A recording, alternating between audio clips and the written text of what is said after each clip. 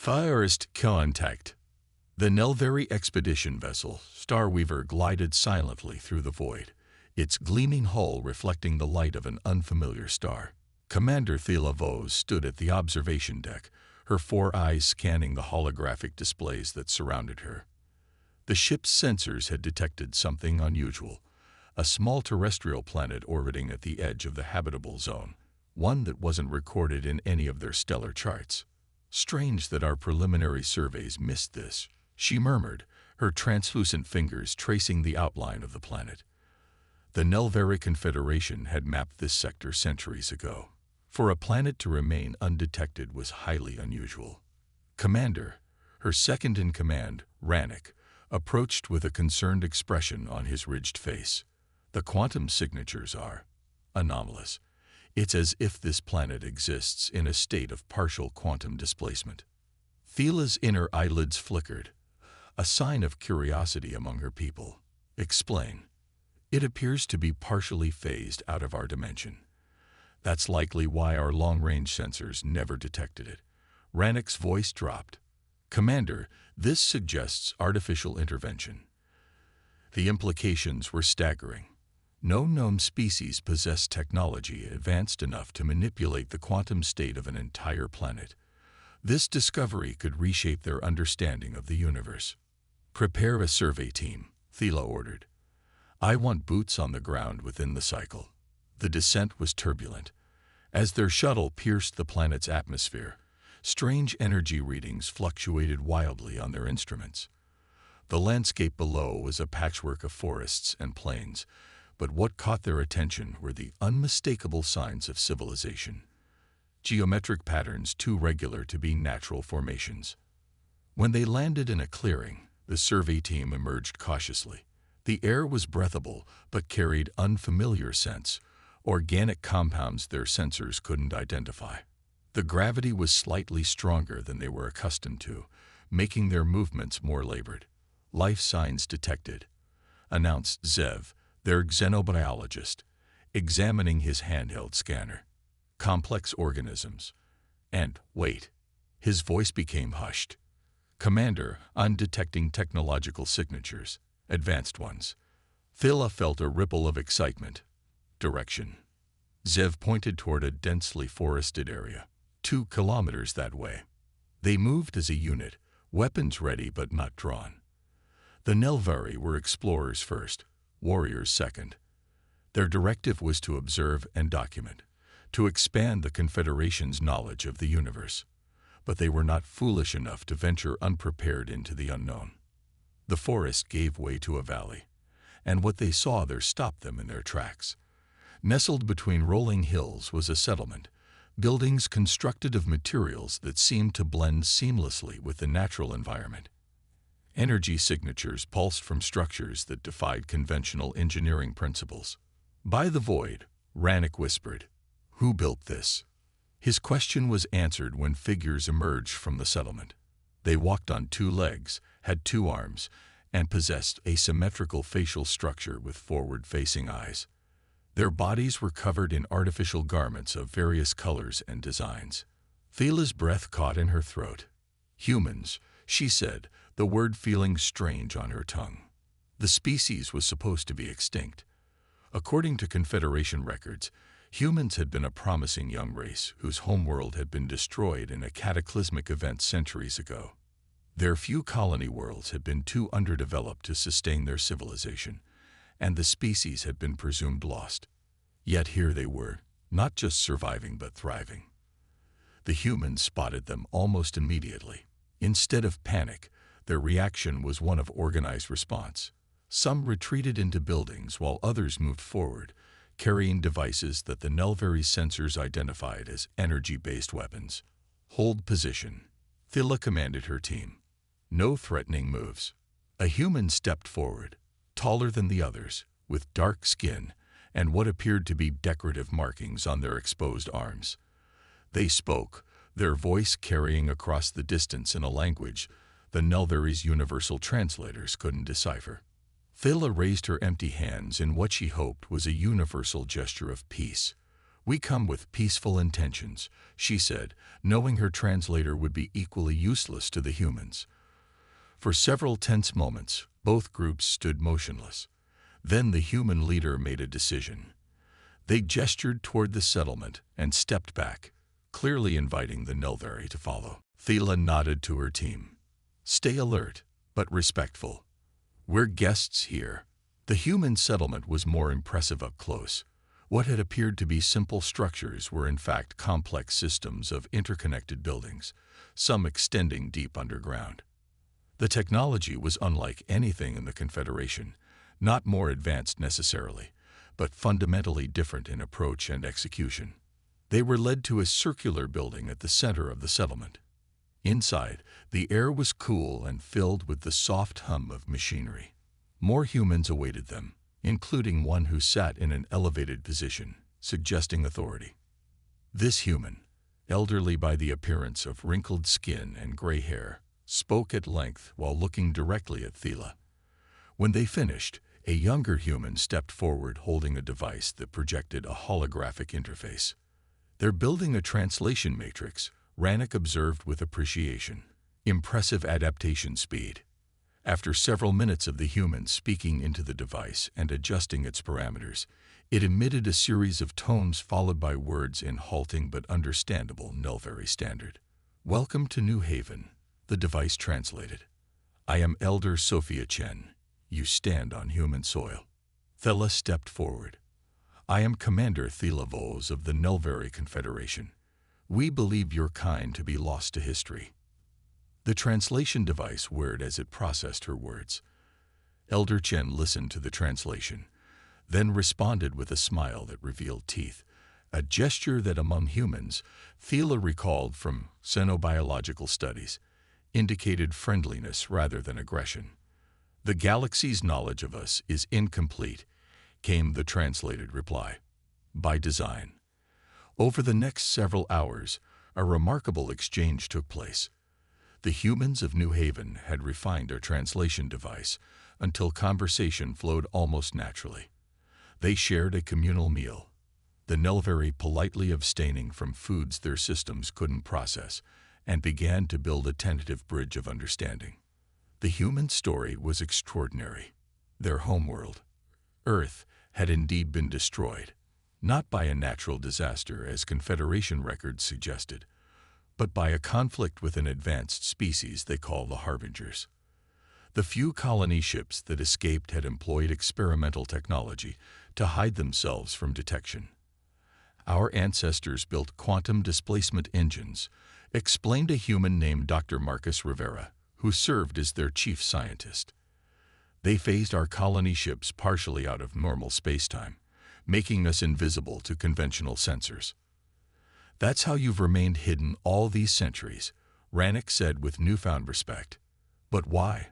The Confederation would have offered protection, resources." Elder Chen exchanged glances with Dr. Rivera before answering. "Our experience with advanced civilizations was not positive. We chose isolation until we could protect ourselves." The implications hung heavy in the air. These humans had developed in isolation, crafting technology along paths no other known species had explored. The quantum displacement was just the beginning. Thela's team observed energy systems that defied conventional physics, biological adaptations that suggested genetic engineering far beyond what was considered possible. "There's something else you should see," Dr. Rivera said after a lengthy discussion. "Something that explains why we chose this planet specifically." He led them to the settlement's edge, where the forest grew dense and the terrain began to rise into steep hills. A path cut through the vegetation, winding upward until it reached what appeared to be a cliff face. But as they approached, Thela realized it wasn't a natural formation. The cliff was a massive structure, its surface weathered by time but unmistakably artificial. Geometric patterns were etched into its surface, patterns that hummed with latent energy. "This was here when we arrived," Dr. Rivera explained. "We believe it's at least 1,000,000 years old." Thela's inner eyelids flickered rapidly. "Who built it?" "We don't know. We call them the predecessors." Their technology is unlike anything we've ever encountered, even more alien than yours. He placed his hand on the structure's surface. For centuries, we've studied it, trying to unlock its secrets. We've learned much, but its true purpose remains a mystery. As if responding to his touch, the structure emitted a low hum. Lines of light traced the patterns on its surface, growing brighter until they illuminated the entire area in an ethereal glow. "It's never done that before," Dr. Rivera whispered, stepping back. The ground beneath them trembled. The structure's hum deepened, resonating at a frequency that made Thila's bones vibrate. A seam appeared in what had appeared to be solid material, widening to reveal a passage leading into darkness. Elder Chen's voice was tight with tension. "What have you done?" Before anyone could respond, a pulse of energy emanated from the opening, washing over them like a wave. In its wake, images flashed in Thila's mind. Stars exploding, civilizations rising and falling, and behind it all, shadowy figures observing, manipulating. She gasped, staggering back. Around her, both humans and Nelveri were having similar reactions, clutching their heads or supporting themselves against trees. "It's some kind of psychic imprint," Rannick managed, his voice strained. Dr. Rivera nodded shakily. "We've detected energy patterns consistent with neural interfaces, but nothing like this." The passage remained open, dark and inviting. The structure's hum had quieted to a barely perceptible vibration. "I believe," Elder Chen said slowly, "that we have triggered something. Something that has been waiting for a very long time." Thila looked from the ancient structure to the human settlement, then to her team. What had begun as a routine exploratory mission had become something far more significant. They stood at the threshold of a mystery that could reshape their understanding of the galaxy's history, and whatever lay beyond that opening. Thila knew with absolute certainty that nothing would be the same after they discovered it. Revelations. Night fell over New Haven, but sleep eluded everyone.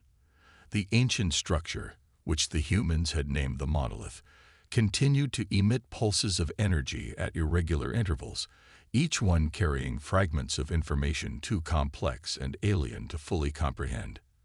Commander Thila Vos stood with Elder Chen and Dr. Rivera at the settlement's command center, studying holographic projections of the energy patterns emanating from the open passage. "These signatures are similar to quantum communication protocols," Thila observed, "but operating on principles I've never seen before." Dr. Rivera nodded. "We think it's broadcasting. The question is, to whom?" The answer came sooner than any of them expected. Rannick burst into the command center, his usually composed demeanor shattered by urgency. "Commander, our ship is detecting multiple vessels approaching the system. They're not responding to hails." Elder Chen's weathered face hardened. "The harbingers." Rannick shook his head. "Unknown configuration. But their energy signatures," he hesitated. "They matched the monolith." A grim silence fell over the room. Whatever had been awakened was calling its creators, or their inheritors, home. "How long?" Thila asked. 12 hours until they reach orbit." Elder Chen turned to her people. "Initiate Defense Protocol Omega. Evacuate non-essential personnel to the bunkers." Her calm voice belied the gravity of the situation. "Dr. Rivera, assemble your team. We need to understand what that structure is broadcasting before our visitors arrive." The next hours passed in a blur of activity. The humans revealed defensive capabilities that surprised even Thila. Energy shields that could theoretically withstand orbital bombardment, weapons systems that utilized the same quantum principles as their displacement technology. "Your people have prepared for war," Thila observed as she helped program targeting algorithms for the settlement's defense grid. "We've prepared for survival," Elder Chen corrected. "There's a difference." Meanwhile, Dr. Rivera led a joint human-Nelveri team to study the opened passage in the monolith. They sent drones first, which transmitted images of vast chambers within, their walls covered in the same geometric patterns that adorned the exterior. Deeper inside lay what appeared to be a control center, a circular room with a pedestal at its center. "We need to go in," Dr. Rivera insisted. "Those interfaces could tell us what we're dealing with." Thela agreed, though not without reservation. She selected Zev, their xenobiologist, to accompany them, while Rannick coordinated defense preparations with the humans. The interior of the monolith was eerily silent, the walls absorbing sound and creating an atmosphere of isolation. Their footsteps made no echo as they proceeded deeper into the structure. The air was perfectly preserved, as if the passage of 1,000,000 years meant nothing within these walls. The control room was more spectacular in person than through drone footage. The pedestal at its center emitted a soft blue glow, illuminating a chamber at least 100 meters in diameter. The ceiling arched high above, depicting what appeared to be a star map of unfamiliar constellations. "Look at this," Zev called, examining markings near the pedestal. "These symbols, they're repeating in patterns that suggest language." Dr. Rivera approached, his expression thoughtful. "We found similar markings throughout the structure, but have never been able to decipher them." Thela studied the pedestal. Its surface was smooth, with indentations that might accommodate hands, though not human or Nelvari hands. "Whatever built this had a different physical form than either of our species." "Commander," Zev's voice had an edge of excitement. "These markings, I'm detecting traces of organic material embedded in them. Ancient, but preserved." Dr. Rivera's eyes widened. "DNA?" "Not exactly, but similar. A biological information storage medium." Zev ran his scanner over the markings again. "And there's something else. The molecular structure. It shares elements with human DNA."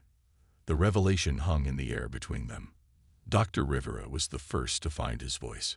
"Are you suggesting that humans are somehow related to the builders of this structure?" "Not directly," Zev clarified. "But there are similarities that can't be coincidental. As if human DNA was influenced by this species." Before they could discuss the implications further, the pedestal suddenly activated. A beam of light shot upward, expanding into a holographic display that filled the chamber. It showed a species unlike any they had encountered: tall, ethereal beings with elongated limbs and features that seemed to shift and flow like liquid. A voice spoke, not in words, but directly into their minds. "We are the architects. If you receive this message, then our time has passed, but our legacy endures."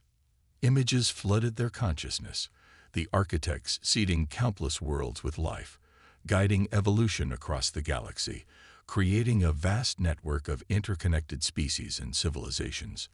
They saw how the architects had paid special attention to Earth, subtly influencing human development.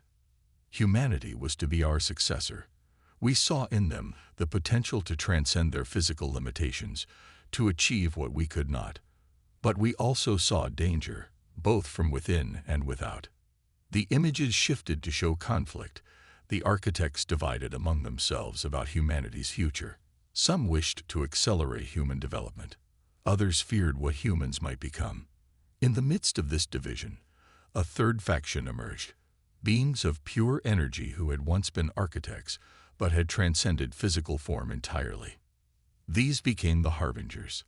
They believed all biological life would eventually destroy itself, and sought to hasten this process through controlled extinction events. We fought against them, but at great cost. The hologram showed the architects creating a network of structures like the monolith, quantum beacons that could manipulate space-time, shielding certain worlds from the harbinger's influence, while maintaining a complex web of quantum communications across the galaxy. Earth was one such protected world. When the harbingers discovered it, we could not prevent their attack, but we ensured humanity's survival through the colony ships. This world, what you call New Haven, was specially prepared with one of our most powerful beacons. It exists partially out of phase with normal space-time, hidden from those who would destroy humanity. Dr. Rivera's voice trembled as he asked aloud, "Why? Why protect humanity specifically?" The holographic architect seemed to focus on him, its fluid features rippling. Because of all species we encountered, humans alone possess both the capacity for extraordinary technological advancement and a unique form of consciousness that bridges the physical and quantum realms. Your emotions, what you call love, hope, determination, create quantum entanglement patterns that no other species has evolved. This makes you unique, dangerous, and infinitely precious. Thila found herself stunned by this revelation. The Nelvari had always considered themselves among the most advanced species in the galaxy, yet here was evidence that humans possessed capabilities they had never suspected. The hologram continued, showing the final days of the architect's civilization. Their war with the Harbingers had depleted their resources and fractured their unity.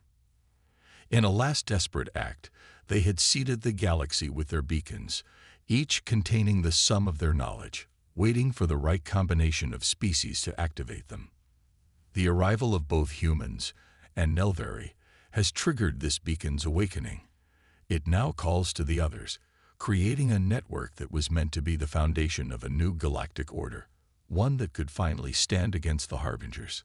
The pedestal pulsed with renewed energy, and the hologram shifted to show the approaching ships. They are not Harbingers, but they serve them. They seek what we have hidden here, the key to humanity's potential. You must not let them claim it. With those words, the hologram disappeared, leaving them in stunned silence. The implications were staggering. Humanity had not evolved in isolation, but had been subtly guided by an ancient species now extinct. The very nature of human consciousness was apparently unique in the galaxy, valuable enough that an advanced civilization had sacrificed itself to preserve it. "We need to get back to the settlement," Dr. Rivera said finally. "They need to know what we're facing." As they hurried back through the monolith corridors, Thila's mind raced. If what the architect had shown them was true, then the approaching ships represented an existential threat not just to this human colony, but potentially to both their species. When they emerged from the structure, they found New Haven transformed. Defense systems had been fully activated, shields shimmered around the perimeter, and armed human defenders had taken up positions throughout the settlement. Elder Chen listened gravely to their report, her weathered face betraying no emotion until they finished. "So," she said quietly, "humanity's long hiding has come to an end, and not by our choice." Rannick approached with new data. "Commander, the vessels will reach orbit in less than 3 hours. Our ship reports 11 craft, each approximately twice the size of the Starweaver. We cannot match them in direct combat," Thila stated plainly. Dr. Rivera's expression shifted, a spark of determination igniting in his eyes. "Maybe we don't have to." He turned to Elder Chen. "The quantum displacement technology. We've never weaponized it because of the energy requirements, but with the monolith active, it could work." Elder Chen nodded slowly. "But it would mean revealing our full capabilities." "I think that secret is already out," Dr. Rivera replied grimly.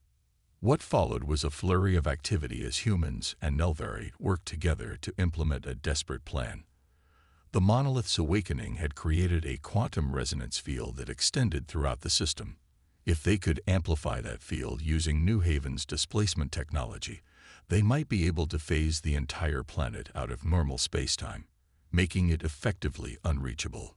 The approaching vessels, meanwhile, had begun broadcasting a signal, a distorted version of the architect's language that demanded surrender and the release of all predecessor technology. "They don't realize what's actually here," Thila observed as they monitored the transmissions. "Good," Elder Chen replied coldly. "Let's keep it that way."